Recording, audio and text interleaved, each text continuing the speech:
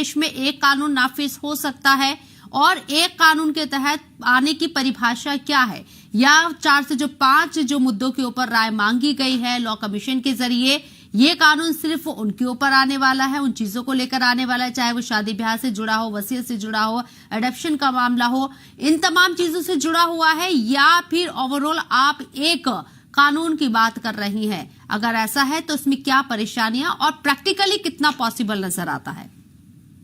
देखिए शबनम जी, आपने बहुत अच्छा प्रश्न पूछा कि अगर हम यूनिफॉर्म सिविल कोड की बात करें तो सबसे पहले मैं इसमें यही कहूंगी कि हमें इसे किसी धर्म के एंगल से नहीं देखना चाहिए।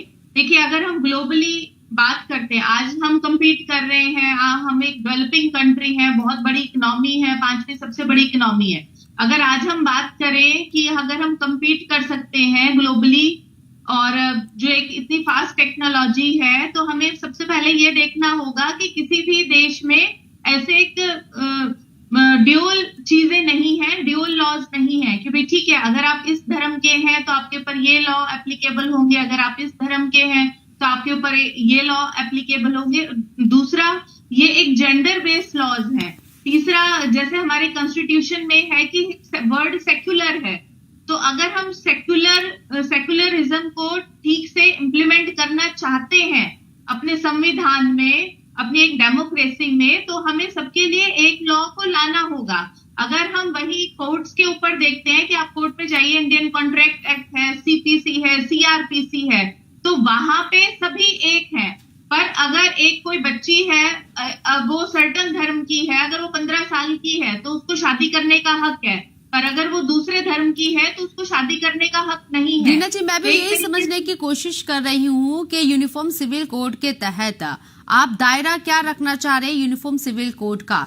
जो लॉ कमीशन ने 5 पॉइंट्स के ऊपर जो राय मांगी है, क्या यूनिफॉर्म सिविल कोड का दायरा वही नजर आता है, या फिर आज वजीर आजम नरेंद्र मोदी ने जो एक देश एक कानून की बात कही है, अगर ऐसा है तो आइन के अंदर कुछ प्रावधान है? कानूनी निजाम से अगर मैं बात करूं यहाँ पर, तो आर्टिकल 21 कहता है कि जिंदगी, जाति, आजादी का हक ये सिटीजन को है। आर्टिकल 25 मर्जी से मजहब मानने का हक भी है। आर्टिकल 29 अक़लियती हुकूक के तहफ़्फ़ुज़ का हक भी देता है। तो ये एक कानून, एक मुल्क, एक आइन, ये डेफिनेशन क्या है इसकी, ये समझने की कोशिश।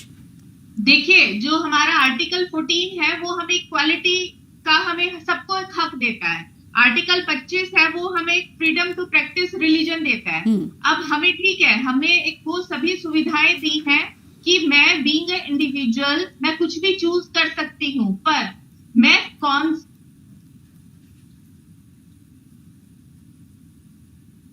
कानून मुझ पर अप्लाई, ये तो देश का संविधान ही तय करेगा।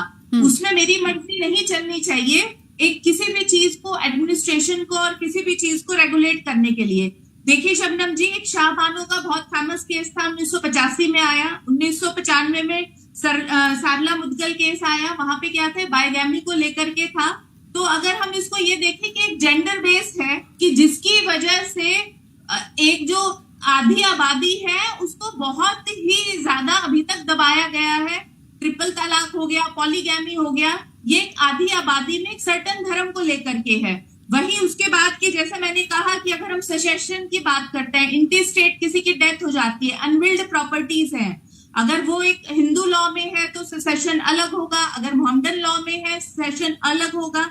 और अगर हम प्रैक्टिकली रूप से देखें तो कोर्ट के ऊपर आज की डेट में बहुत प्रेशर है कि नहीं, इस केस की सुनवाई हमें इन लॉज के अंतर्गत करनी होगी, दूसरे केसेस की दूसरे तरीके से करनी होगी।